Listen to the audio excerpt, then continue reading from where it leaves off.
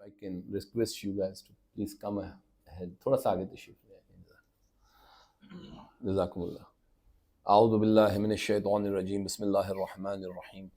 الحمد للہ رب العالمین والصلاة والسلام علی اشرف الانبیاء والمرسلین سیدنا و نبینا و حبیب قلوبنا و طبیب نفوسنا ابی القاسم محمد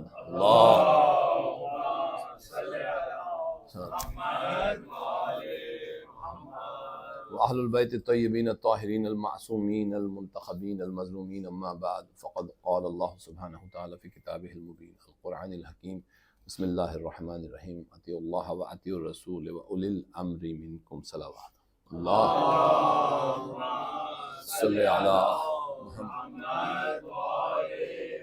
جزاكم الله مؤمنين. I'm very happy that some youth is here. And today's discussion is very critical because I would try to unveil some of the important facts that usually we don't discuss in majalis. This is 28th of the Rajab.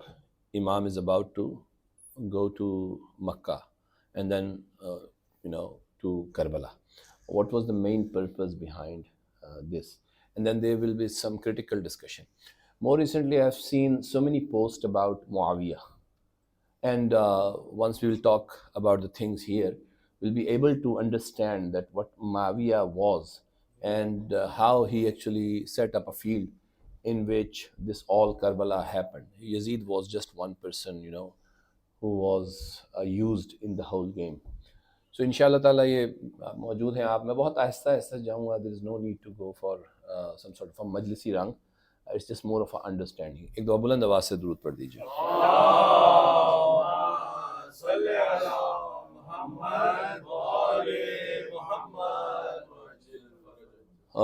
While I have recited this verse of the Quran, Atiullah, I'll talk about it later because that's something that I would use when I'll talk about what was the main reason of Imam Hussein's departure from Medina.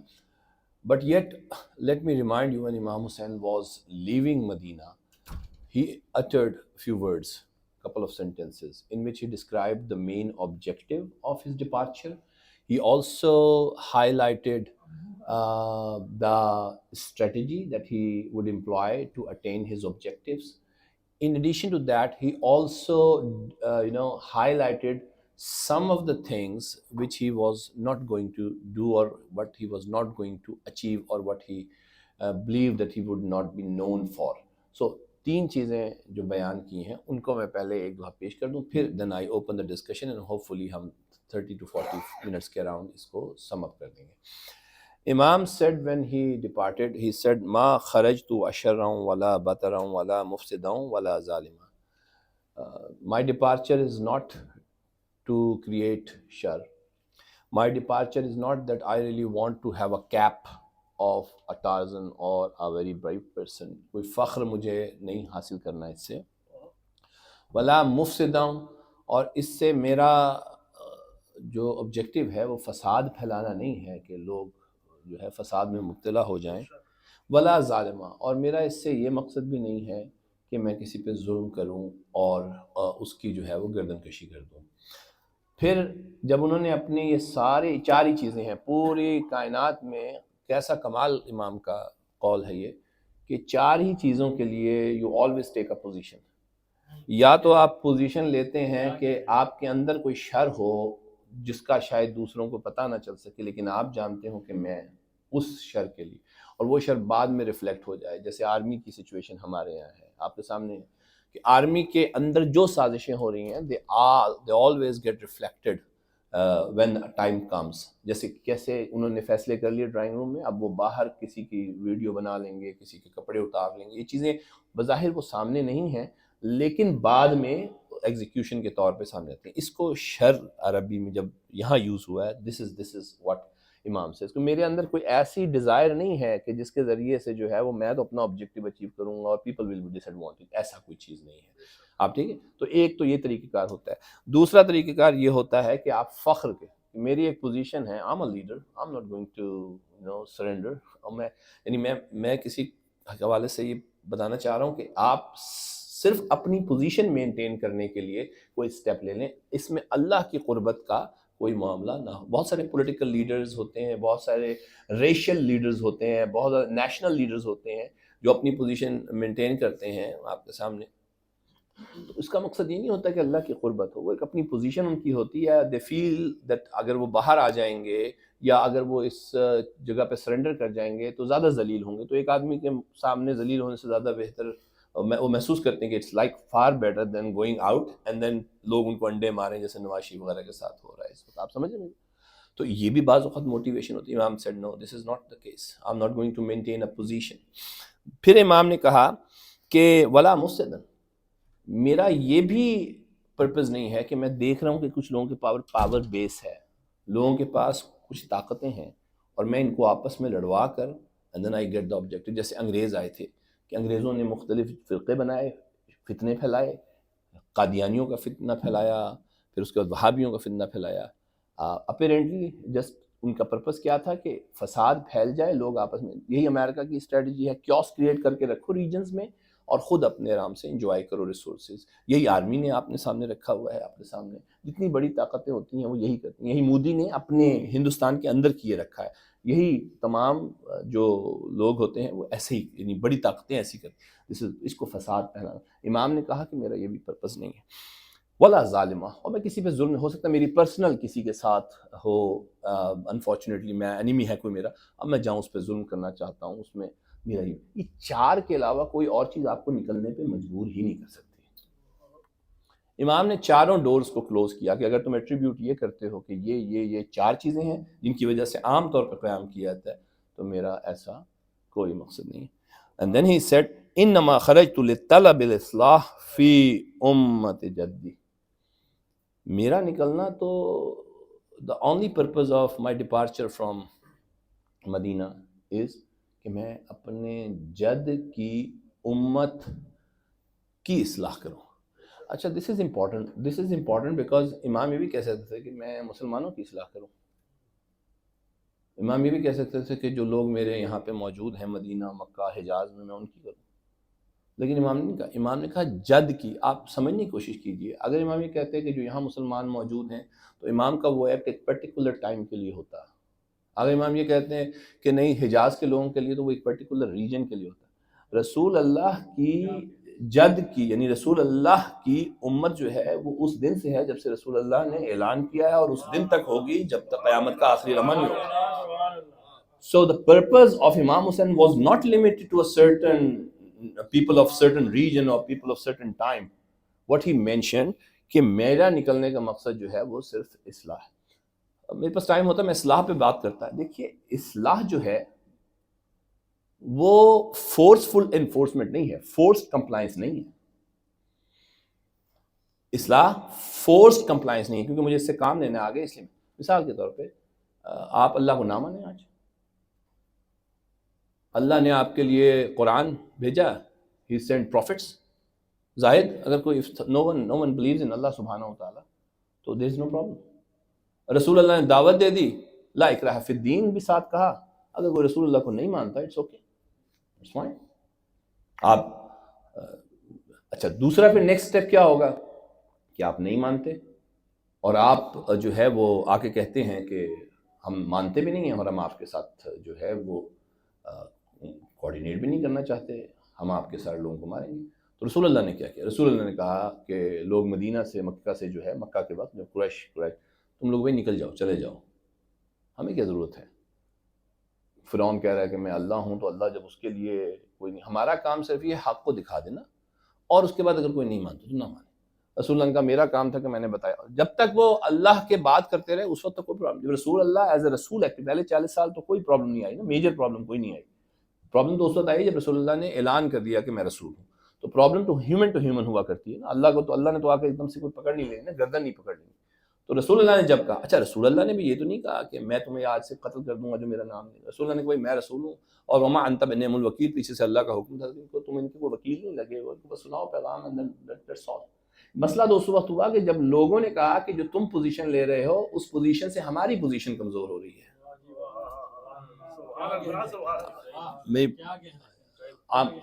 تب problem آئی ہے. انہوں نے پہلے بھی there were a group of people who came to رسول اللہ said یا رسول اللہ, اے محمد We are happy with your deen. We are happy to believe in your Allah subhanahu wa ta'ala, your God.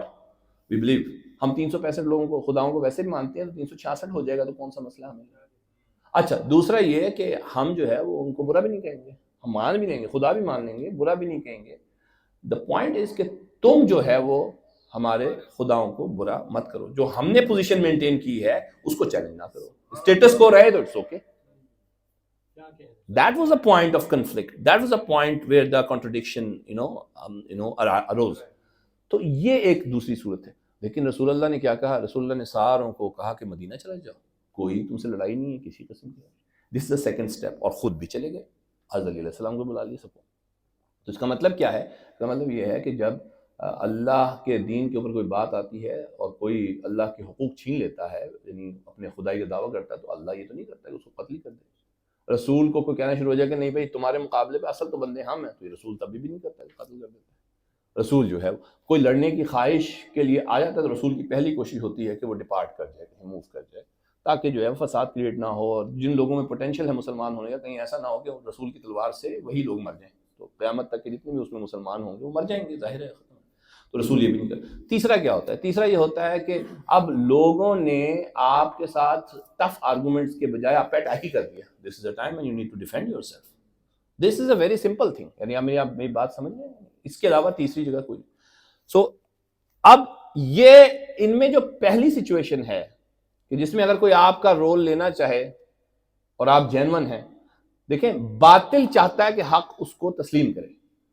حق کو کوئی پرابلم نہیں ہے کہ باطل اس کو تسلیم کر رہا ہے نہیں، کیونکہ وہ حق ہے. اللہ کو کوئی پرابلم نہیں ہے کہ فرعون کہہ دے کہ میں خدا ہوں، کوئی پرابلم نہیں، کیونکہ لیکن فرعون کو یہ بڑا پرابلم ہے کوئی نہ کہے کہ کوئی اور اللہ ایگزسٹ کرتا ہے. آپ میں گفتگو سمجھ. تو پہلی چیز یہ. تو اگر اس سچویشن میں آپ انوائٹ کریں اللہ کی طرف تو یہ اصلاح ہے. پھر اس کے بعد اگر کوئی آپ سے ٹف سچویشن میں آپ کو لا کے آپ اسے لڑائی کرنا چاہتے ہیں تو اوائڈ کرنا کہ لڑائی نہ ہو کسی طرح سے نہ ہو، کیونکہ پوٹینشیل جو ہے وہ لوگوں میں ہیومن میں قیامت تک کا ہوتا ہے. کسی آدمی کو آپ دیکھتے ہیں اس میں قیامت تک کا پوٹینشیل، اس میں پتہ نہیں کتنے مسلمان ہوں گے. تو یہ اصلاح ہے، دوسرا اصلاح کا. تیسرا اصلاح کیا ہے؟ تیسری اصلاح یہ ہوتی ہے کہ کسی بھی طریقے سے آپ پیغام اللہ کا پہنچا دیں، اور اگر آپ پہ کوئی جہاد یا قتال آپ کے اوپر آئے تو آپ اپنی جان کو بچائیں بس. اس کے بعد کوشش کریں کہ جلد از جلد جنگ ختم ہو اور پھر آگے بات بڑھے. پھر ہیومن یہ تین، اس کو اصلاح کہتے ہیں. اصلاح یہ نہیں ہے کہ وہ مطلب آپ کو لڑائیاں شروع کر دیں، جھگڑے شروع، کہیں بھی نہیں. قرآن مجید سمیت لے کے پوری سیرت رسول میں گئے. تو دس از اصلاح. تو انہوں نے کہا جی اصلاح جو ہے وہ میرا مقصد ہے، اور اريد ان امر بالمعروف وانهى عن المنکر. اب یہ جو اصلاح ہے، یہ جو کام میں نے کرنے ہیں، ان کے لیے میں دو طریقہ کار اختیار کروں گا. Now this comes to the strategy part. Strategy کہ کیا اسٹریٹجی لوں گا میں اصلاح کے لیے؟ تو انہوں نے کہا کہ میں پہلا کام کروں گا جو حق ہے اس کو حق کہہ دوں گا. اللہ قرآن میں فرعون کو حق جتا رہا ہے کہ بھائی میں خدا ہوں. ایسے ہی رسول اللہ مشرکین مکہ کو یہی کہہ رہے ہیں نا کہ بھائی میں رسول ہوں، یعنی میں رسول ہوں. تو یہی کام امام حسین نے کہا ہے کہ میں بھی وہاں جا کر صرف یہ بتاؤں گا کہ میں امام ہوں، میں اللہ کا نمائندہ ہوں. اور اس کے بعد دوسری چیز کیا ہے کہ میں نہی عن المنکر کروں گا، اور جو برائیاں یہ کر رہے ہیں ان کو کہوں گا کہ نہ کرو. That's all. عامی بات سمجھ. اور اس کے بعد کہا جو عجیب جملہ ہے وہ آخری ہے. تیسری چیز جو بیان کی ہے کہ یہ امر بالمعروف، یہ جو میرا اصلاح کرنا ہے اور یہ جو میرا امر بالمعروف کرنا ہے، یہ جو میرا نہی عن المنکر کرنا ہے، یہ میں کوئی نئی چیز نہیں کر رہا. امام کہتے ہیں وَأُسِيرُ بِالسِّيرَتِهِ جدی وعلی ابن ابی طالب.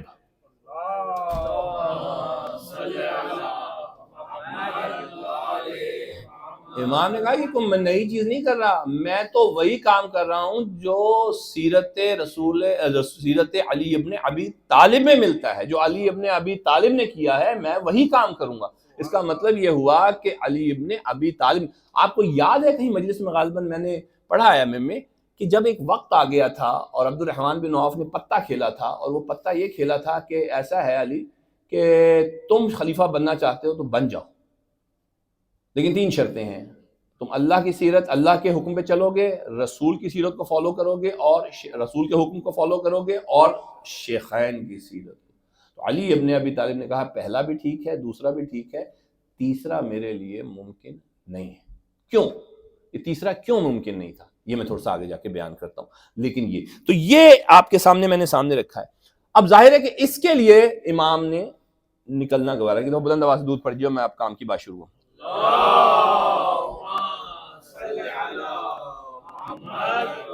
لیکن ایک پیغام لے لیجئے، یہ امام کا مقصد اور اسٹریٹجی آپ کے سامنے. کوئی ایسی مجلس یا کوئی ایسی محفل یا کوئی ایسا انڈیویجول سٹیپ جس میں ظلم کرنا ہو، فساد ہو، جس میں فخر و مفاخرہ ہو، یا جس میں آپ شر پھیلانے کی کوشش کر رہے ہوں، یا اندر کوئی پرسنل ایسا آبجیکٹو لے کے بیٹھے ہیں جس سے کسی کو انڈرمائن کرنا ہے. اگر مجلس، محفل یا کسی بھی انڈیویجول سٹیپ میں یہ چار چیزیں ہیں تو آپ سب کچھ کر رہے ہیں. آپ حسین کی مجلس نہیں کر رہے، حسین کی محفل نہیں کر رہے ہیں، اور سیرت رسول پہ نہیں. دوسرا یہ کہ اگر جس مجلس میں امر بالمعروف نہی عن المنکر یہ دو چیزیں نہیں ہیں تو اس کا مطلب ہے وہاں سب کچھ ہو رہا ہے رسول کی امت کی اصلاح کی نیت سے، وہ مجلس نہیں ہو رہی. آپ میری گفتگو سمجھ رہے ہیں؟ امام اپنے جس کربلا کے لیے مجلس، حسین کے لیے مجلس، وہ نکلنا، وہ کربلا کا ہونا، اس کے پیچھے جو پرپز ہے وہ امر بالمعروف اور نہی عن المنکر ہے. اگر پوری مجلس میں یہ نہیں ہوا اور باقی سب کچھ ہو گیا تو سب کچھ ہے وہ مجلس نہیں ہے. بڑی سیدھی سی بات ہے، اس میں کوئی راکٹس ہیں. اب امام کا جو نکلنا ہے آپ کے علم میں ہے، وہ 28 رجب کا جو نکلنا ہے، اس سے پہلے ظاہر ہے کہ مروان یزید کا نامہ آ گیا، یزید کا لیٹر آ گیا. اس نے کہا کہ مروان اور ولید کو کہا کہ جا کے بیعت لے لو، 4 بندوں سے لینا. تو اس سے ابن سعد کو جو ہے ایک سٹیج پہ کہا گیا تھا تو اس نے کہا تھا کہ تم کیا کہہ رہے ہو، حسین وہ ہے چاروں میں سے سب کچھ، باقی 3 کے بارے میں نہیں جانتا لیکن حسین کے بارے میں جانتا ہوں کہ حسین، بڑا عجیب کمال جملہ ہے کہ حسین کو میں بہت اچھے طریقے سے جانتا ہوں، حسین واحد ہے جو کبھی بیعت نہیں کرے گا. کیوں؟ اور آگے جو دلیل دی ہے یہ پھر اسی سے کوریبوریٹ کر رہی ہے جو میں نے پچھلی سٹیٹمنٹ دی، کیونکہ حسین کے سینے میں علی کا دل ہے. میری بات ہے، میں کیا پوائنٹ بنانا چاہ رہا ہوں؟ میں پوائنٹ یہ بنانا چاہ رہا ہوں کہ حسین حسین نہیں ہے، حسین کے اندر علی بھی کھڑے ہیں، حسین کے اندر رسول بھی کھڑے، اور حسین کے اندر 1,24,000 پیغمبر چڑھے.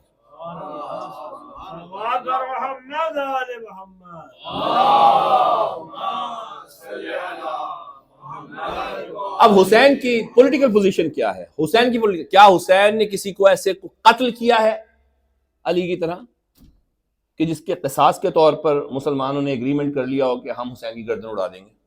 بھائی حسین قتل ہوئے نا، تو کیا کوئی ایسی صورتحال ہوئی؟ نہیں. حسین نے تو کوئی ایسا قتل بھی نہیں کیا جس پہ امت نے کوئی آ کے ایگریمنٹ کر لیا ہو، اجماع قائم ہو گیا ہو کہ بلند آواز سے دودھ پڑ جائے. اللہم صلی علی محمد وآل محمد. کوئی بری سے بری تاریخ بھی اٹھا لیں جو اہل بیت کے خلاف ہو، اس میں کبھی بھی ایسا کوئی نہیں ہے امیر المومنین کہ اس کے بعد ان کے دونوں بچوں کے لیے کہ انہوں نے کسی کو ایسے کو، بہت سارے دشمنوں کو قتل کیا، لیکن کوئی ایسے جس پہ امت اجماع کر لے کہ بھائی اس کو قتل نہیں کرنا چاہیے، قصاص واجب ہو گیا، قصاص میں نہیں. دوسرے، امام حسین نے اپنی زندگی میں کوئی کرائم کر دیا ہو، یعنی کسی حاکم کے مقابلے پہ آ کے کھڑے ہو کے اس کو کہا ہوگا چھوڑوں گا نہیں تمہیں، حاکم کے سامنے آ کے کھڑا ہونا، خروج کرنا اس طرح، اس انداز سے، کوئی کہیں پہ کوئی ایسی چیز. اور دوسرا سوشل کرائم معاذ اللہ، وہ تو ہم سمجھتے ہیں، سنی شیعہ مل کے سمجھتے ہیں، اس پہ بحث کوئی. اچھا، تو پھر سوال یہ ہے کہ یزید کو ایلیجینس دی کیوں نہیں؟ جب مانگی انہوں نے بیعت، کیا ہو بھائی آ جاؤ، تو انہوں نے کہا میرے جیسے تمہارے جیسے سے بیعت نہیں کر سکتا. یہی ہوا نا جب بلایا تو یہ. تو سوال یہ، اب سوال پیدا ہوتا ہے کہ یزید کو ایلیجینس بیعت کیوں نہیں دی؟ اچھا دیکھیے، کاسٹ بھی پے کی ہے، یعنی پوری فیملی گئی آلموسٹ. اچھا، اس کے بعد جو ہے وہ فیملی کے جتنے سٹیکس تھے، ریلیشن شپس کہہ لیجئے، گھر کہہ لیجئے، اچھا، اور جو ہمارے نزدیک خانقاہی ایک تقویٰ ہوتا ہے کہ گھر میں رہتے ہوئے آرام سے اللہ کی عبادت ہو رہی ہے، امام بارگاہوں میں مجلسیں ہو رہی ہیں، یہ سب کچھ گیا ہاتھ سے. اس کے بعد جو ہے سوشل سٹیٹس تھا اہل بیت کا، بنی ہاشم کا ایک سوشل سٹیٹس تھا. لوگ کہیں سے دنیا سے آتے تھے، حکومتیں کوئی ہوں، حاکم کوئی ہوں، لیکن رسپیکٹ جو ہے وہ اہل بیت کے لیے تھی اور موجود تھی. اس وقت بھی موجود تھی جب امام حسین موجود تھے، اور ساری مشینری، بیوروکریسی ہو یا ملٹری بیوروکریسی ہو، وہ یزید اور معاویہ کے ہاتھ. اس وقت بھی لوگ رسپیکٹ بنو ہاشم کو کرتے تھے. وہ بھی ہاتھ سے گیا. کیوں ہاتھ سے گیا؟ اس لیے ہاتھ سے گیا جب پیچھے زندگی نہیں رہے گی تو کیا ہوگا؟ جب پیچھے جو ہے وہ صورتحال ایسی ہو جائے گی کہ آپ کی عورتیں در بدر پھر کے آ جائیں تو لوگوں کی ایک خاص ویو بن جاتا ہے آپ کے لیے. آپ میں گفتگو سمجھیں؟ تو وہ بھی نہیں. اچھا پھر پرسنلی خود بھی ڈیتھ ہو گئی, بچوں کی بھی ڈیتھ ہو گئی. تو امام حسین نے بیعت نہ کرنے کی, یہ کوئی ایسا امپورٹنٹ ایشو ہے بھائی, نمازیں نہیں پڑھی لوگوں نے مدینے میں, تو امام حسین نے کیا کوئی ایسی اتنی کاسٹ پے کی؟ امام نے کہا کہ جا کے تم یوں کرو اور پھر اس کے بعد یہ سب کچھ ہوا؟ نہیں. ایک بیعت نہ کرنے کی کاسٹ امام کی یہ ہے کہ پورا خاندان زہرا جو ہے وہ چلا گیا ایسے ہی. تو یہ بہت بڑی کاسٹ پے کی ہے, بہت بڑی. اور یہ ہر بندہ اس میں کوئی امتی نہیں ہے, مسلمان بھی نہیں ہے, مومن بھی نہیں ہے. یہ نہیں ہے کہ مومن کے ساتھ پھر فقیہ ہو. ہر بندہ حضرت عباس کو اٹھائیں, حضرت اکبر کو اٹھائیں, جس بندے کو اٹھائیں وہ آگے متقین کا سردار ہے. تو ایسے ہیرے حسین نے کربلا میں, ایسے ہی نا جان, ایسے ہی میرے بھائی. تو یہ کاسٹ بہت بڑی کاسٹ ہے. اچھا کیا امام نے بیعت اس لیے نہیں کی کہ جب امت کی اصلاح ہوگی تو کیا پرپز ہوگی؟ کیا کہ خلافت واپس آ گئی؟ امام نے اگر خلافت واپس لانے کے لیے کہ خلافت واپس بنی ہاشم میں آ جائے, ذرا سمجھتے رہیے میرے ساتھ رہیے, یہ پولیٹیکل ڈسکشن شروع کر رہا ہوں یار. امام نے کیا اس وجہ سے بیعت نہیں کی اور قربانیاں دے دیں کہ خلافت واپس آ گئی؟ اگر یہ کہا جائے کہ پرپز یہ تھا کہ خلافت واپس آ جائے بنی ہاشم میں یا امام حسین کے پاس یا امام حسین کے آنے والے لوگوں میں, نسلوں میں, تو کیا وہ آئی واپس؟ کسی میں نہیں آئی. کیا یزید نے اپنی پاور لوز کر دی جس کے لیے امام حسین نے قیام کیا؟ یزید نے کوئی پاور لوز نہیں کی. اس کے بعد جنگ ہدا تو اس کی پاور کی ایک اور ایگزیبیشن ہے. دس از another exhibition of power. Karbala اپنی جگہ پہ ہے, لیکن جو صحیح پاور کی ایگزیبیشن ہوئی ہے وہ یزید نے جنگ ہرہ میں کی ہے. کیوں؟ کیونکہ یہاں پہ تو صرف 72 لوگوں کے سامنے پاور ڈیمانسٹریٹ کی ہے. وہاں پہ پورا مدینہ, پورا مکہ ہے, مسجد نبوی میں گھوڑے باندھے گئے اور خانہ کعبہ پہ جو ہے وہ وہ پھینکے گئے, گولے پھینکے گئے, سب کچھ کیا, زنا کا لگا دیا, بچوں کو قتل کر دیا, صحابیوں کو قتل کر دیا. تو اصل پاور کی ڈیمانسٹریٹ, کیا پاور ڈیلیوٹ ہوئی امام کے کسی اس سے؟ میں آپ سے پوچھنا چاہتا ہوں, ایسا تو نہیں ہوا. اچھا کیا یزید چلا گیا تو کوئی ایسی موومنٹ آ گئی کہ جس کی وجہ سے باقی بعد میں آنے والوں کے پاس بالکل پاور نہیں رہی؟ ایسا نہیں بھائی. اس کے بعد متوکل جیسے جس امام کے مقابلے پہ ابھی آپ امام موسیٰ کاظم کے یا باقیوں کے, چاہے بنو عباس ہوں, چاہے بنو فاطمید ہوں, چاہے آج کے حکمران ہوں, آج آپ کے سامنے ملٹری کھڑی ہوئی ہے, تو کیا کوئی طاقت میں کمی آئی؟ کوئی کمی نہیں. کیا مسلمز جو ہیں وہ واپس آ گئے اللہ اور اللہ کے رسول کی سنت پہ دوبارہ پہنچ گئے؟ آج آپ اٹھا کے دیکھیں گے تو ہر بندے کی زبان پہ ایک ہی بات ہے کہ ظاہر ہے کہ اس زمانے میں تو پھر بھی تھوڑے بہت تھے, آج تو اس سے بھی زیادہ برا. تو کیا ایسا ہوا کہ مسلمانوں کی اصلاح ہو گئی؟ نہیں ہوئی. کیا بدعتیں ختم ہو گئی؟ بھائی امام حسین کے 61 ہجری کے بعد سے تو بدعتوں کا اصل زمانہ شروع ہوا ہے. پہلے تو گنتی کی 4 تھیں جو بھی میں آپ کے سامنے پیش کرتا ہوں, معاویہ نے کی, عمر نے کی, 2-4 لوگوں نے کی. تو کیا ہوا؟ تو جب ان میں سے کوئی کام نہیں ہوا تو وہ جو پورے کا پورا کنبہ چلا گیا, وہ جو یعنی سوچا ہی نہیں جا سکتا کہ جناب سیدہ زینب کی چادر اتر جائے گی اور بازاروں میں پھریں گے, اتار دی جائے گی, سوچا جا سکتا ہے؟ لیکن امام نے برداشت کیا. تو اب دوسری چیز امپورٹنٹ یہ ہے کہ جو امام نے جو ایلیجنس نہیں دی, کیا اس وجہ سے کہ یزید بہت کرپٹ تھا؟ یہ دوسرا زاویہ. مجھے بتائیے, کیا امام نے, اگر میں آپ سے پوچھوں کہ یزید کی بیعت کیوں نہیں کی, کیا اس لیے کہ وہ بہت کرپٹ تھا؟ دیکھیے اگر یزید کرپٹ تھا تو یزید کے کرپشن تو صرف فسق پہ مبنی تھی. جب وہ بنا ہے, جب اس نے لیٹر بھیجا ہے, تو 3 کام اس کے رپورٹ ہوئے ہیں. نمبر 1, اس وقت, بعد میں چاہے وہ کہتا رہا ہو کہ بھائی میں محمد کو نہیں مانتا, نہیں, وہ بات کی بات. جس وقت لیٹر بھیجا گیا ہے اور جس وقت یہ سارا کام امام نے ڈپارچر لیا ہے, اس وقت 3 کاموں کی ایویڈنس ملتی. نمبر 1 کہ وہ فاسق تھا, جھوٹ بھی بولتا تھا لوگوں کے ساتھ, اور دوسرا زانی تھا, زنا کرتا تھا. آپ زنا ٹکا کے جس طرح زنا کرتے ہیں ادھر سے عورت بس. اور پھر اس کے علاوہ گانے بجانے کا بہت شوقین تھا. اس میں ظاہر ہے گانے بجانے میں اور خباثتیں تھیں, بندر آ گئے, تماشے ہو گئے. یہ 3 کام اس کے تھے جو لیکن ایسا تو نہیں ہوا تھا کہ اس نے اس وقت صحابیوں کو قتل کیا ہو. اچھا، یزید یعنی شرابی ہوا اور اس کے علاوہ فاسق ہوا اور اس کے علاوہ زانی ہو گیا.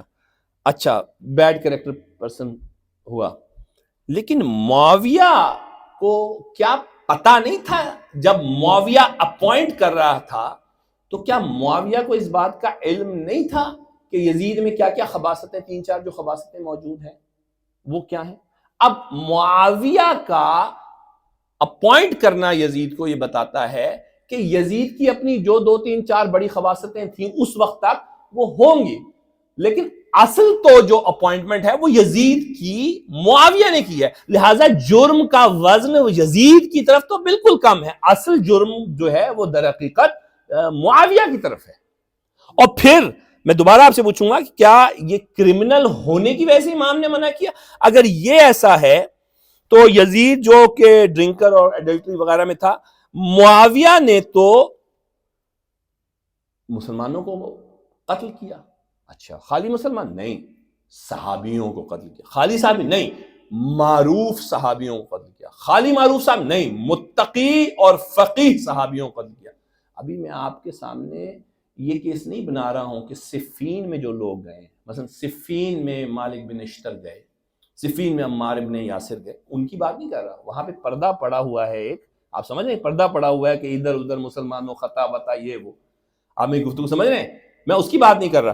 اور میں یعنی امام حسن علیہ السلام کو جو زہر دیا گیا ہے اس کی بھی بات نہیں کر رہا. یہ اس سے عمار بن یاسر سے اور یہ دیگر تابعین جن کو مارا گیا ہے صفین میں، جیسے اویس قرنی وغیرہ، 4 بڑے تابعین، رسول اللہ نے کہا تھا کہ یہ 4 بڑے صحابیوں اور اہل بیت کو چھوڑ کے بعد میں قیامت تک آنے والے 4 بڑے ہیں. ایک اویس قرنی ہے، عبداللہ بن جبیر، عبداللہ، تو یہ چاروں امیر المومنین کے کیمپ میں آ کے معاویہ کے ساتھ لڑتے ہوئے شہید ہوئے، چاروں کے چاروں تابعین میں جو سب سے بڑے تابعین. ان کی بھی بات نہیں کر رہا، امام حسن کی بھی بات نہیں کر رہا. میں تو آپ کے سامنے صرف یہ بتانا چاہتا ہوں کہ تاریخ طبری بھری ہوئی ہے، سیرت ابن ہشام بھری ہوئی ہے، ساری تاریخیں بھری ہوئی ہیں. صحاح میں یہ بات آ گئی ہے کیا کہ حجر ابن عدی جیسا آدمی، ایسا صحابی جو فقیہ بھی ہے، متقی بھی ہے، اور اپنے وقت میں ابو ذر کے مقابلے کا ہے، ابو ذر کے مقابلے کا، یعنی ابو ذر جن سے جا کر فقاہت لیتے تھے وہ حجر ابن عدی، اور 5 ان کے دوست مرج الازدہ میں جو ہے ان کو معاویہ کے حکم پہ، اور یہ وہ حکم ہے کہ جس میں کہا گیا کہ دیکھو ان سب کو بھی مارو، اور خاص طور پہ عبد الرحمن بن حسان کو تم زندہ دفن کرو. یہ عبد الرحمن بن حسان جو ہیں یہ بہت بڑے صحابی ہیں، امیر المومنین کے بڑے محبت کرنے والے. ان کو اس طرح مارو کہ اس میں عبد الحسان کو انہوں نے زندہ دفن کیا. یہ ابن زیاد کا جو باپ تھا، یعنی زیاد جو تھا، اس کو حکم دے کے زندہ دفن کروایا گیا، زندہ دفن. اچھا، آپ سمجھ رہے ہوں گے کہ میں صرف ایک شیعی پرسپیکٹو دے رہا ہوں. میں نے آپ کو کتابیں بھی ساری وہ بتائی ہیں جو اہل سنت کی ہیں، مگر انہی کتاب میں یہ ہے کہ عائشہ جیسی خاتون چیخ کے کہتی ہے، اور کہتی ہے کہ جو عبد الرحمن بن حارث کو بھیجا عائشہ نے معاویہ کی طرف، کہا کہ یہ تم کیا کر رہے ہو، مگر وہ جب تک پہنچا اس وقت تک ان 6 لوگوں کو اور 7واں عبد الرحمن بن حارث کو مارا جا چکا تھا، دفن کیا جا چکا. اور یہ وہی صحابی ہیں جن کی وہ فقاہت تھی، جو ان کا وہ مرتبہ تھا کہ عبداللہ ابن عمر جو ہے وہ چیخ چیخ کے روئے. جب خبر پہنچی ہے مدینہ میں چیخ چیخ کے رونے لگے صحابی. ان میں عبداللہ ابن عمر وہ تھے کہ جن کی چیخیں اتنی بلند ہو گئی تھیں کہ وہ باقاعدہ ڈاکومنٹ ہوئی، اور بھی باقی صحابی ہوئے. پھر اس کے بعد جو ہے ربیب ابن زیاد حارثی جو ہیں، جن کے عاصم ابن زیاد حارثی بھی بھائی تھے، یہ امیر المومنین کی محبت خراسان میں تھے. اس وقت خراسان میں یہ اتنا انہوں نے گریہ کیا، اور یہ نماز جمعہ میں گئے اور انہوں نے جب یہ واقعہ بیان کرنے کے بعد کہا خدا را یہ وقت آ گیا ہے کہ حجر ابن عدی اپنے ساتھ 6 اتنے بڑے صحابیوں کے ساتھ، ان کے ساتھ یہ معاویہ سلوک کرے. دعا کرو کہ میں اس جگہ پر زندہ نہیں رہنا چاہتا، میرے لیے آمین کہو. لوگوں نے آمین کی اور وہ باہر نکلتے ساتھ ہی مر گئے. تاریخ کا معروف ترین واقعہ. پھر اس کے، میں صرف معاویہ کے آپ کے بیان کر رہا ہوں. معاویہ کا عمر بن حمق الخزائی، یہ پروفٹ نے ان پہ سلام بھیجا. معاویہ نے ریٹن وے میں، ریٹن میسج کے ذریعے سے جو اس کو قتل کروایا. اور ان کی باڈی بہت ضعیف تھے، اتنے ضعیف تھے کہ ان کا خون نہیں نکلتا تھا. اگر آپ ان کا کبھی ہو جائے خون نہیں، اتنے ضعیف، بہت ضعیف، لیکن کمال یادداشت. ان کو معاویہ نے حکم کر کے 9 وار کروائے ہیں، حکم کر کے 9 بار. یہ وہ آدمی تھا جو پہلے ہی وار میں مر گیا تھا. 8 بار معاویہ کے حکم پہ مارے گئے اس کو کہ نہیں دیکھو 9 سے کم وار نہ کرنا. معاویہ. مقدام بن معدی کرب جو ہیں انہوں نے مینشن کیا کہ معاویہ کے دربار میں گئے اور کہا معاویہ تو گولڈ پہن رہا ہے، تو سونا پہن رہا ہے؟ ہاں. کہا کہ تو جو ہے وہ وحوش یعنی وحشی حرام جانوروں کی کھالیں لیتا ہے اور ان پہ بڑے فخر سے بیٹھتا ہے؟ کہا ہاں. کہا اور تیرے سارے جو ٹوائلٹس ہیں ان کا رخ جو ہے وہ قبلے کی طرف تو نے کیا ہوا ہے؟ اس نے کہا ہاں میں نے کیا ہے. کہنے لگے کہ یہ رسول نے، میں نے اپنے کان سے سنا ہے کہ رسول نے ان تینوں باتوں کو بڑے حرمات میں قرار دیا، بڑی چیزوں کو حرام کنسیڈر کیا. اب میں آپ کے سامنے کیا بیان کرتا رہا ہوں، لیکن ایک آخری سن لیجیے تاکہ آپ کو پتا چلے جس یزید کو ہم کوستے ہیں اس کے باپ نے کیا کیا. یہ خاص طور پہ جو عرس منایا گیا ہے آپ کو میں بتانا چاہتا ہوں کہ کیسے کربلا یہ 28 کا نکلنا صرف 28 کا نکلنا نہیں ہے. عمر ابن عاص ہمارے نزدیک کو اچھا بندہ، اس کی معاویہ سے پرخاش ہوئی. ایک وقت آ گیا کہ اس نے اپنے وقت کے ساتھ معاویہ سے ملنا تھا. اس نے اپنے وقت کے لوگوں کو کہا، اور یہ بس اسی پہ بات ختم کروں، اور تبری نے رپورٹ کیا اس کو، ساری کتابوں نے رپورٹ کیا. اس نے کہا اپنے لوگوں سے، 11 لوگ 12 لوگ تھے، کہ جب تم معاویہ سے ملنے جانا تو سنو اس کو نا تم نے امیر المومنین، خلیفۃ اللہ، خلیفہ رسول اللہ اس طرح کی کوئی القاب نہیں، اس کو معاویہ ابن ابی سفیان بس، اور کچھ نہیں کہنا. تو وہ اپنے روٹین کے مطابق، ادھر معاویہ کو یہ خبر مل گئی کہ ایسی صورتحال ہے. معاویہ نے اپنے بندوں سے کہا کہ ان پہ آنے سے پہلے ہی ان کو جو ہے گریپ کرنا، ان پہ سختی کرنا، اور سختی کرنے کے بعد ان پہ اتنی سختی کرنا کہ جب یہ داخل ہوں تو یہ مجھے یا رسول اللہ کہہ کے پکارے. آپ نے وہ سنا ہوگا نا کہ معاویہ کو رسول اللہ کا، یہ وہ واقعہ ہے. اور جب کیا ہوا سنیے ضرور، یہ بات نہیں ہے خالی کہ معاویہ نے جب یہ کہہ دیا تو ان میں سے جو 11 میں سے تھے ایک بندہ آیا، اس نے کہا السلام علیکم یا رسول اللہ. تو پورے دربار میں جو معاویہ میں لوگ بیٹھے ہوئے تھے ان سب نے مل کے کہا یا رسول اللہ یا رسول اللہ. یہ جو آج معاویہ ہے اس کے بارے میں. ابو سفیان نے زنا کیا تھا، زیاد، یہ جو زیاد ہے اس کی ماں سے ابو سفیان نے زنا کیا تھا، کیونکہ ابو سفیان معاویہ کا معروف زنا ہے. یہ تاریخ کا کوئی اثر نہیں. بلند آواز سے درود پڑھ دیں. خدا کی قسم اس قدر یہ جھوٹ بولتے ہیں، اتنا یہ ان کی حد ہو گئی ہے کہ معاویہ جیسے آدمی کے عرس منانے کی باتیں ہو رہی ہیں، ان پہ منقبتیں لکھی جا رہی ہوتی ہیں، ان کو وہی وہ ابھی علمی طور پہ. تو یہ تو میں صرف اہل سنت کی آپ کا لٹریچر اس وقت ریفلیکٹ کروا رہا ہوں کہ میں بتانا چاہ رہا ہوں تاکہ ہمارے کچھ جو ینگ لوگ ہیں ان کو یہ اندازہ ہو کہ یہ جو شخصیت تھی کیا تھی. ابو سفیان نے زیاد، یہ ابن زیاد تو آپ نے سنا جس نے امام حسین کے لیے سارے قدم اٹھائے تھے. تو یہ جو بیٹا تھا اس کا جو باپ تھا وہ زیاد تھا. زیاد کا جو باپ تھا یہ ابو سفیان کے زمانے. تو زیاد کی جو ماں تھی وہ ابو سفیان اس وقت ینگ تھا، اس نے زنا کیا تھا، معروف زنا ہے یہ اپنے وقت کا نا. تو ہونا تو یہ چاہیے تھا کہ اللہ کے اس حکم کے خلاف جو ہے وہ آپ خلاف کھڑے. معاویہ وہ شخص ہے جس نے، اور زیاد پھر ظاہر ہے کہ زیاد پیدا ہوا تھا، وہ ولد الحرام تھا. ہونا تو یہ چاہیے تھا کہ یعنی رسول اللہ نے کہا تھا ولد الحرام کبھی دین کے کام نہیں آ سکتا، رسول کی معروف حدیث ہے. یہ ابو سفیان ہے جو گیا، جا کے اس نے نہ صرف بڑا پروٹوکول دیا بلکہ اس کو ساتھ لے گئے، تم تو میرے بھائی ہو، اور اس کو زیاد کو اپنے ساتھ اپنی جگہ پر بٹھا کر اس کو انعام و اکرام سے نوازا اور ساری عمر اس کو اپنا بھائی کہتا رہا. معاویہ. تو معاویہ نے یہی نہیں ہے، مدینے میں اور اس کے بعد شام میں ایسے واقعات ہوئے ہیں کہ جو عرفہ میں آج آپ تلبیہ کہتے ہیں، معاویہ نے ابینڈن کیا ہے اس کو. اس لیے بہت سارے اہل سنت نہیں کہتے تلبیہ جو ہے لبیک اللہم لبیک، عرفات کے میدان میں اس نے منع کیا تھا. مدینے میں نماز پڑھا رہا تھا تو نماز پڑھانے کے دوران بسم اللہ الرحمن الرحیم دستور تھا اونچی آواز سے کہنے کا. معاویہ سارے اہل سنت کا لٹریچر بھرا پڑا ہے ان چیزوں سے.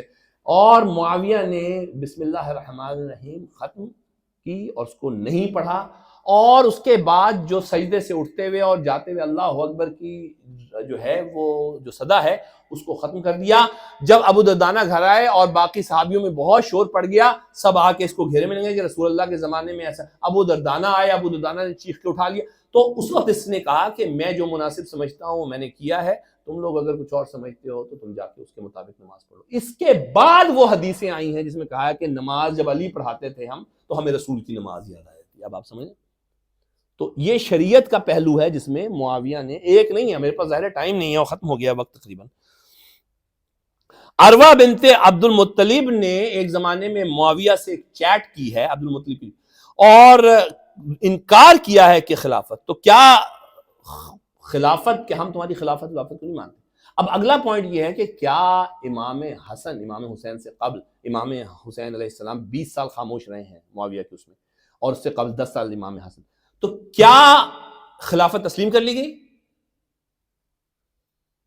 خلافت جو حکومت جس کو کہا جاتا ہے, میں نے آپ کو پہلے ہی وہ کیس بنا دیا پورا کہ دیکھیے اگر فرعون کہہ دے میں خدا ہوں تو اس سے خدائی میں کوئی فرق نہیں پڑتا, اگر رسول کے مقابلے پہ کوئی آ کے رسول کہہ دے تو کوئی فرق نہیں پڑتا.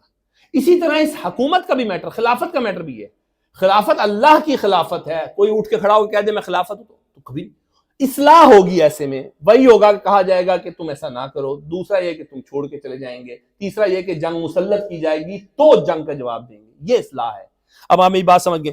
تو یہ امام علی علیہ السلام نے بھی ابو بکر کی خلافت کو ایک نہیں ملتا, خطبہ شخصیہ تو ایک ہے, کسی ایک جگہ پہ نہیں ملتا. کیوں؟ کیونکہ آپ اگر ابھی اس کے بعد میں فوراً پہنچ رہا ہوں آخری نقطے پہ جہاں پہ بات ختم ہو جائے گی, کہ امام علیہ السلام نے ریفیوز کیا, کسی امام نے کسی جگہ پر صلح ضرور کی ہے, اور صلح یہی ہے جو اللہ کی موجودگی میں ساری دنیا گناہگار ہوئی ہوئی ہے, لیکن اللہ اپنی جو ہے وہ رحمت سے غافل نہیں ہے. اللہ کھانا بھی دے رہا ہے, اس کا مطلب یہ نہیں ہے اللہ سپورٹ کر رہا ہے. اللہ آپ کو ہوا دے رہا ہے, اللہ پانی دے رہا ہے, اس کا مطلب یہ نہیں ہے اللہ آپ کو سپورٹ کر رہا ہے. اس کا مطلب یہ ہے کہ ایک کوئی نہ کوئی آپ کی نسلوں میں آگے کہیں نہ کہیں کسی میں کوئی ایسا پوٹینشل ہے. فرعون کی نسلوں میں بھی مسلمان آئے ہیں, منافقین کی نسلوں میں مسلمان ہیں, ہندوؤں کی نسلوں میں مسلمان ہیں. اللہ آخری اس مسلمان تک ہر وہ کام کرے گا جو اس مسلمان کے آنے کے لیے ضروری ہے. اس کا مطلب یہ نہیں ہے اللہ نے آپ کے ساتھ الیجینس کر لی ہے یا اپنے جو حق کا نظام ہے اس کو آپ کے سامنے سرنڈر کر دیا. اس کا مطلب یہ ہے کہ صلح ہوئی ہے, اور یہی صلح امام کرنے نکلے تھے جس کو اصلاح کہتے ہیں.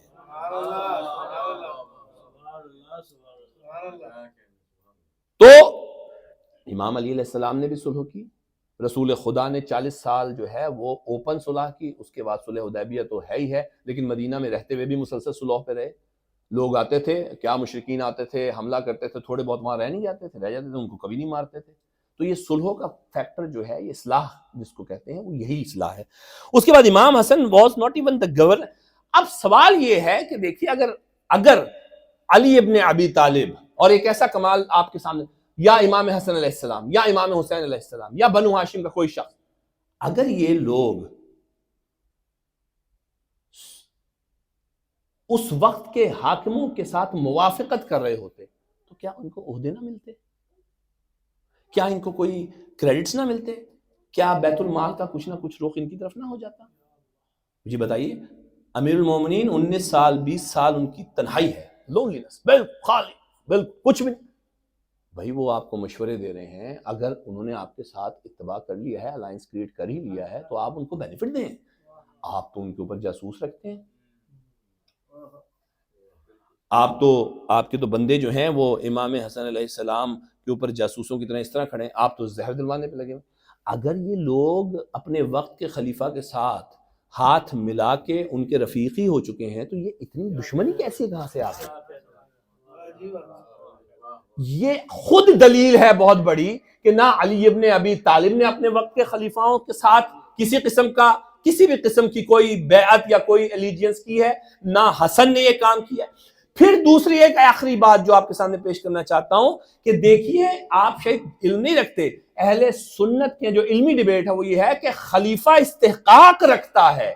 پہلے خلیفے پہ ڈس ایگریمنٹ ان کا ہے کہ نہیں, پہلا خلیفہ جو بن گیا اس کے بعد خلیفہ استحقاق رکھتا ہے کہ وہ جس کو نومینیٹ کر دے گا وہ خلیفہ ہوگا. یہ شاید آپ کے علم میں نہیں ہے, اور یہ شیعوں میں بھی ہے. ہمارے یہاں بھی یہی ہے کہ جو ایک خلیفہ اللہ کا ہے وہ جس کو خلیفہ کہے گا وہ خلیفہ ہوگا. یہ سنی شیعہ دونوں میں متفق ہے, پہلے کے علاوہ جس میں انہوں نے کہا کہ رسول نہیں چھوڑ گئے, لیکن بعد میں خلیفہ کو حق ہے کہ وہ اپنے بعد کسی کو نامینیٹ کر دے. تو اگر عمر کو نامینیٹ کر دیا تو اٹس اوکے, اور اگر اس کے بعد جو ہے عمر نے مناسب سمجھا تو ایک کمیٹی کو نامینیٹ کر دیا تو نامینیشن تو ہے, آپ کمیٹی جس کو چن لے وہ پھر اس کے بعد فردر آپ کی اتھارٹی جو ہے وہ ڈیلیگیٹ ہو گئی. آپ میری بات سمجھ رہے ہیں؟ سنی شیعہ دونوں مکاتب میں یہ بات طے ہے کہ جس کو خلیفہ, رسول کا خلیفہ نامینیٹ کر دے گا وہ خلیفہ ہوگا اگلا. سنی شیعہ دونوں میں ہے. امام حسن اتنے کلیور تھے کہ انہوں نے پہلی ہی اپنے معاہدے میں پہلے کے بعد تیسری جو شق رکھوائی ہے وہ یہ رکھوائی ہے کہ ایک تو یہ کہ معاویہ جو اللہ اور اللہ کے رسولوں پہ احکامات پہ عمل کرے گا, تو کر نہیں رہا, تجھے کرنا ہے, اس معاہدے کے ذریعے سے پابند میں کر رہا ہوں تجھے. اور جو دوسری چیز ہے وہ یہ کہ تیرے پاس رائٹ نہیں ہے کہ تو اپنے بعد کسی کو خلیفہ نامینیٹ کر. یہ بات بتاتی ہے کہ امام حسن علیہ السلام نے کبھی معاویہ کو خلیفہ سمجھ کے حکومت دی ہی نہیں, ورنہ خلیفہ کا حق ہے. جس طرح شیعوں میں امیر المومنین جس کو کہیں گے وہ خلیفہ ہوگا, تو اگر امام حسن جس کو کہیں گے وہ خلیفہ ہوگا, حسین جس کو کہیں گے خلیفہ ہوگا. آپ میری بات سمجھ رہے ہیں نا میری بات؟ اگر امام حسین اس بلیف پہ نہیں تھے اور وہ سمجھتے تھے شورا تو پھر, لیکن یہ شرط رکھوانا ہی بتاتا ہے کہ انہوں نے ایک خلیفہ کبھی بھی معاویہ کو تصور نہیں کیا. امام حسن اور حسین جو تھے وہ کبھی بھی گورنمنٹ کسی آفس میں کوئی عہدہ نہیں لیا. 20 سال امام حسین ہیں. ایک دو بلند آواز سے درود پڑھ لیجیے.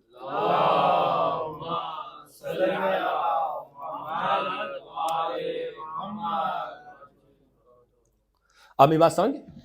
تو سوال یہ ہے کہ پھر امام, میں نے آپ کے سامنے پیش کر دی ہے کافی پیچیدہ گفتگو آپ, لیکن آپ سمجھتے چلے جا رہے ہیں کیونکہ میں نے ایک تمہید بنائی. تو سوال یہ ہے کہ جب اس طرح کی صورتحال ہے کہ کوئی خلیفہ کے ساتھ کوئی سازگار تعلقات نہیں رہے, کسی بھی امام کے نہیں رہے, تو انہوں نے خاموشی, یہ سارے جواب یہ گفتگو آج کی دے دے گی کیونکہ اصلاح مقصد ہے, اور اصلاح کی تینوں کنڈیشنز میں نے آپ کے سامنے رکھ دی کہ خاموشی سے اللہ کا پیغام دو, رسول کی پیغام دو. دوسرے یہ کہ اگر کوئی وقت آئے کہ فساد آپ کے کسی وجہ سے, پہلی کوشش یہ کرو کہ ایسی جگہ سے موو کرو کہ اس فساد کو ڈیوٹ کر دو. اور یہی وجہ ہے کہ کسی امام نے کسی بھی موومنٹ کو سپورٹ نہیں کیا کیونکہ ان موومنٹ کی سپورٹ میں فساد چھپا ہوا تھا. آپ میری بات سمجھ رہے ہیں؟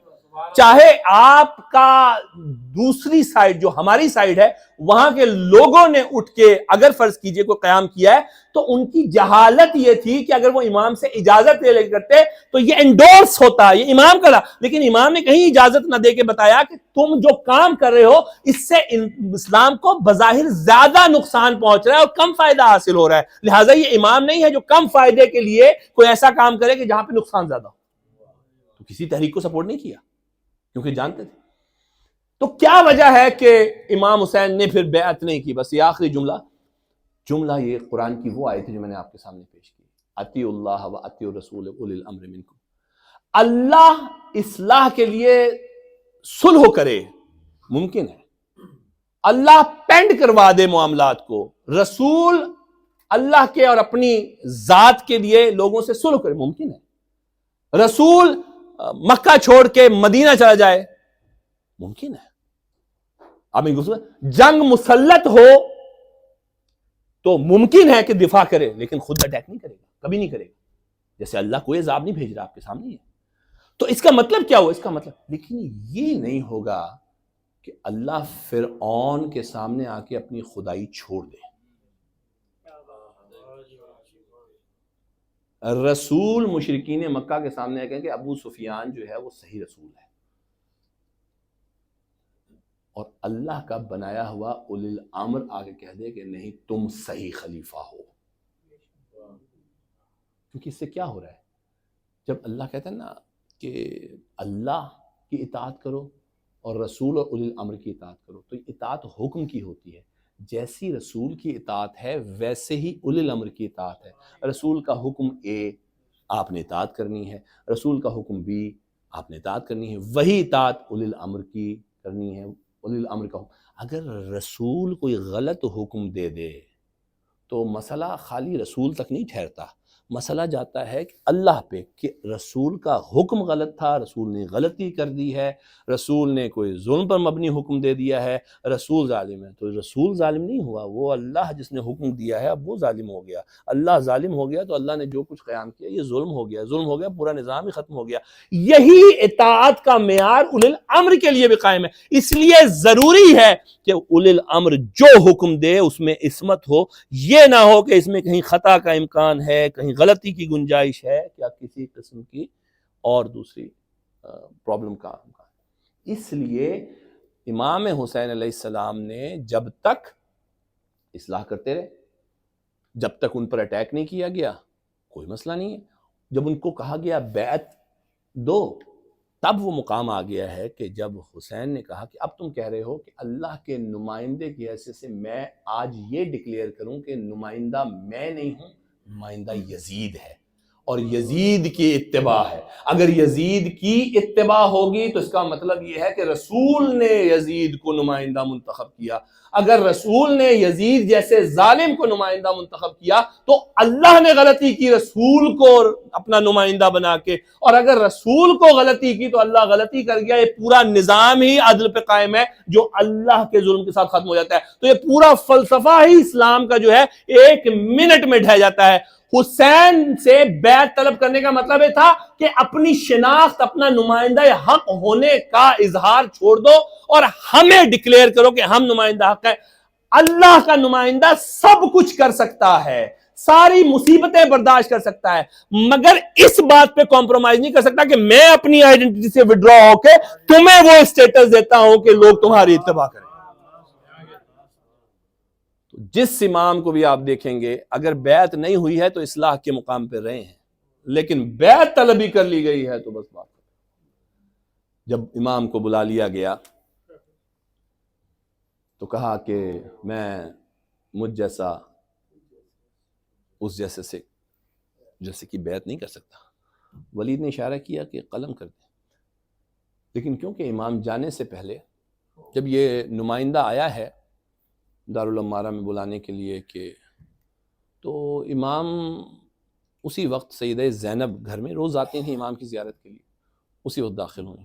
یہ کلمات سنے انہوں نے، کہا کہ حسین یہ انیوژول ہے، انہوں نے کیوں بلایا ہے تمہیں؟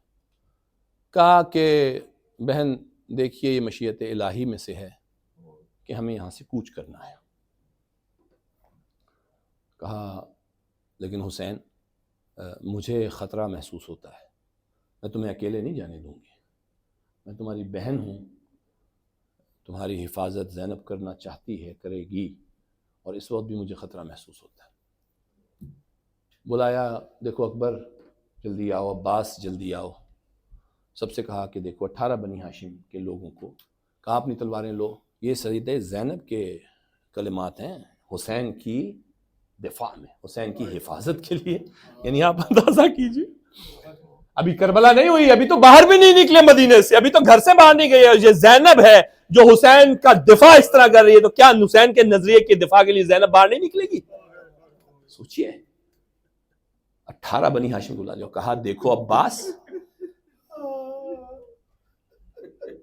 تمہاری عمر ان میں سب سے زیادہ ہے اور میرا اعتماد تم پر بہت ہے، کہیں ایسا نہ ہو کہ حسین اندر جائیں اور حسین کے لیے مشکلات ہوں اور تم باہر انتظار کرتے رہو. کہا نہیں بی بی ایسا نہیں ہوگا، شہزادی بہن ایسا نہیں ہوگا، شہزادی میں ساتھ جاؤں گا. اور کہا مولا آپ ذرا آواز بلند کر دیجئے گا، آپ آواز بلند کریں گے اور ہم سب آ جائیں گے. امام گئے، امام سے کہا امام نے کہ اگر یہ کوئی بہت اچھی بات ہے یزید کی بیعت طلبی تو یہ اندھیرے میں کیوں ہو رہی ہے؟ کل مسجد نبوی میں صبح دیکھیں گے. ولید نے اشارہ کیا کہ یہ اچھا وقت ہے یہاں پہ قلم کر دیں اکیلے. امام نے ایک جملہ اونچی آواز میں کہا، وہ جملہ اس دروازے سے باہر عباس کے کانوں تک آ گیا. عباس نے کہا علی اکبر ذرا اس دروازے کو پکڑ کے رکھو. عباس نے اپنے ہاتھ سے اس دروازے کو کھولا، وہ دروازہ ٹوٹ کے گیا. عباس اور بنی ہاشم گئے، امام حسین کو حلقے میں لے لیا اور کہا مولا چلیے آپ حکم دیجئے. اور پھر ولید سے کہا ولید اگر آج میرا امام مجھے کہہ دیتا تو آج تم دونوں یہاں پر موجود نہ ہو. واپس آ گئے، حسین واپس آئے. حسین نے کہا کہ بیعت طلبی ہوئی ہے اور سر دینے کا کہہ دیا گیا ہے، زینب چلو. حسین نے زینب کے ساتھ بیٹھ کے ایک فہرست بنائی، فہرست میں سب کے نام لکھے. عباس سے کہا جاؤ مردوں کو یہ فہرست سنا دو. عباس فہرست سنا رہے ہیں، اکبر تم بھی ہو، اون محمد تم بھی ہو، قاسم تم بھی ہو. جب سب کے نام لے چکے تو آخر میں ایک چھوٹے بچے کا نام رہ گیا. تاریخ بتاتی ہے کہ کیونکہ وہ بچہ تھا تو عباس نے مناسب نہیں سمجھا کہ علی اصغر کا نام لے کہ چھوٹی سی بچی کے ہاتھ میں اصغر تھا. عباس گئے اور کہا اے صغرا ذرا اس بچے کو مجھے دے دو. بچے نے عباس کے پاس آنے سے انکار کر دیا. قاسم آگے بڑھے، بچے نے انکار کر دیا. جب کسی کے پاس وہ بچہ نہیں آیا تو حسین آگے بڑھے، متانت سے قدم اٹھاتے ہوئے گئے اور علی اصغر کے کان میں ایک جملہ کا، علی اصغر ہمک کے حسین کی باہوں میں آگے.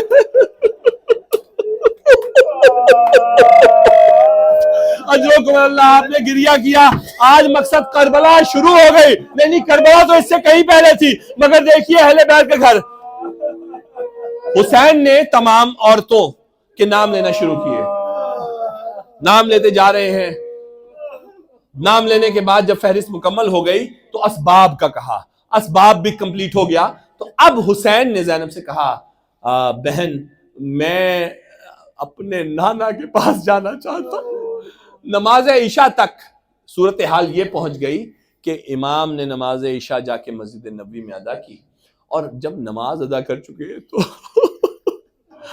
آنکھوں سے آنسو روا تھے. چھوٹے چھوٹے قدم اٹھاتے ہوئے حسین نانا کی قبر پہ گئے، گریہ کر رہے تھے. رشتہ رو چکی تھی، نانا کی قبر کو باہوں میں لے کے گریہ شروع کیا. غشی آئی، خواب میں دیکھا کہ رسول اللہ تشریف لائے اور کہا حسین یہ مشیت الہی ہے کہ تو صحرا میں جا کے قتل ہو. کہا مولا، کہا آقا میرے نانا یہ بتائیے مجھے تو اس میں کوئی نہیں، مگر یہ جو محضر میں میری بہنوں پھوپھیوں ماں، کہا یہ اللہ کی مشیت ہے کہ اسلام کا نام بلند ہو زینب سے، اور یہ پردے یہ چادریں چھنیں گی شام کے بازاروں میں. حسین کی آنکھ کھلی، اپنے بھائی کی قبر پہ گئے. تاریخ بتاتی ہے، عزیزان حسین، تاریخ بتاتی ہے کہ حسین جب اپنے نانا کی قبر پہ گئے نا تو ایک شیر کی طرح گئے. چھوٹے قدم تھے لیکن مضبوط قدم تھے. وہاں سے اپنے بھائی کی قبر پہ گئے تو بڑی مضبوطی سے جیسے شیر چل کے جاتا ہے، مگر جب اپنے بھائی کی قبر سے بھی رخصت ہوئے تو بہت ہی قریب اپنی ماں کے قبر سے حسین نے یہ فاصلہ اس طرح طے کیا جیسے ایک چھوٹا بچہ اور اپنی ماں کی طرف فاطمہ کی قبر سے. اب شکوہ نانا سے نہیں کیا، بھائی سے نہیں کیا، مگر ماں سے شکوہ کیا. اور میں نانا کی امت نے اماں دیکھیے. اجرکم اللہ، آپ گریہ کر رہے ہیں، محرم کی بنیاد رکھی گئی. اجرکم اللہ، یہ آنسو آپ کے آخرت میں کام. حسین اپنی ماں کی قبر پہ گریہ کرتے رہے. آواز آئی، فاطمہ نے کہا حسین میں تجھے تنہا نہیں چھوڑوں گی، ایک وقت آئے گا کہ میں تیرے ساتھ ہوں گی. حسین وہاں سے واپس آئے اپنی نانی کے پاس، ام سلمہ کے پاس. ام سلمہ نے کہا حسین میں تجھ سے کچھ بات کرنا چاہتی ہوں. کہا فرمائیے نانی، فرمائیے. کہا کہ حسین کچھ مؤخر کر دے یا کچھ ایسی جگہ پہ چلا جا کہ یہاں پر یہ خطرے موجود نہ ہوں اور یہ ان کے جاسوس. کہا نہیں. کہا نانی آپ مجھے یہ بتائیے اصل بات کیا. کہا بیٹا سننا چاہتا ہے تو سن. یہ بنی ہاشم کی روایت رہی ہے کہ جب تیرے نانا جا رہے تھے تو بنی ہاشم میں جنوں کی عورتوں نے گریہ کیا تھا، ہم وہ گریہ سنتے تھے اور پھر تمہارے نانا چلے گئے. جب تمہاری ماں کے جانے کا وقت آیا وہ آوازیں ہم نے پھر سنی اور وہ تمہاری ماں چلی گئی. پھر جب تمہارے باپ پہ ضربت لگی ہم نے وہ آوازیں مدینہ میں پھر سنی اور تمہارے باپ کی خبر آ گئی. جب تمہارا بھائی گیا اسی مدینہ میں ان گھروں میں ہم نے انہی جنات کی عورتوں کی آوازیں بین سنے اور ہم نے دیکھا کہ ایسے چلے گئے حسین کچھ دنوں سے انہی عورتوں کی آواز سنے. اللہ اکبر. اجرکم اللہ. آپ گریا کر رہے ہیں, اللہ ایک ایک آنسو کا اجر آپ کو آخرت میں عطا کرے گا. آخری دو مصائب کے جملے ہیں, محرم کی بنیاد پڑ رہی ہے اس لیے مصائب آگے بڑھا رہا ہوں. حسین نے کہا نانی مشیت الہی ہے, جانا تو ہوگا, جانا تو ہوگا. اب حسین جب سارے یہ معاملات ہو چکے نا تو حسین نے کہا کہ سواریاں تیار کرو, اور سواریاں تیار کرنے کا حکم دیا. آخری روایت حضور اب میرے سے آخری روایت, کہا کہ سواریاں تیار کرو. سواریاں تیار ہو گئی. کہا کہ اماریاں رکھو. عباس کو کہا عباس اماریاں رکھو, اکبر اماریاں رکھو. اچھی اور خوبصورت کپڑوں سے جو ملبوس اماریاں تھی نا وہ رکھی گئی. یہ بنو ہاشم کا دستور تھا کہ جب خواتین جاتی تھی نا تو بڑے ہی استقبال سے کرتے تھے. بہت استعمال. کہا قاسم دیکھو تمہاری ماں ام فروا آ رہی ہیں, بھابی جان آ رہی ہیں. قاسم آ گئے, عبداللہ آ گئے. عبداللہ نیچے بیٹھے, قاسم نے ہاتھ پکڑا, ارے گھٹنے پہ ہاتھ رکھ کے ام فروا سوار ہو گئی. آخری روایت پڑھ رہا ہوں آپ کے سامنے. خدا را دیکھیے ان آنسوؤں کو محرم تک زندہ رکھیے گا. ارے ام لالا آ گئی. اکبر جاؤ ماں کو سوار کراؤ. ماں کو سوار کرا, پہلے گھٹنے پہ پیر رکھا, ماں کو سوار کرا کے الماری میں کہا ارے ہار ام کلثوم. عباس جاؤ, عباس نے کروایا.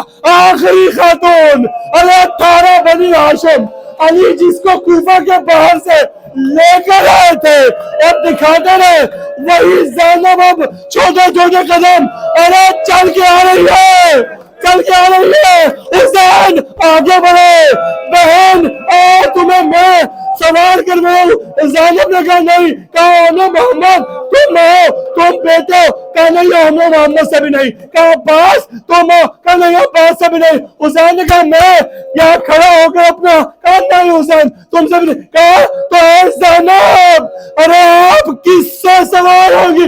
کہا اسی سجاد سے جو مجھے ارے شام غریبوں کے بعد, ارے شام غریبوں کے بعد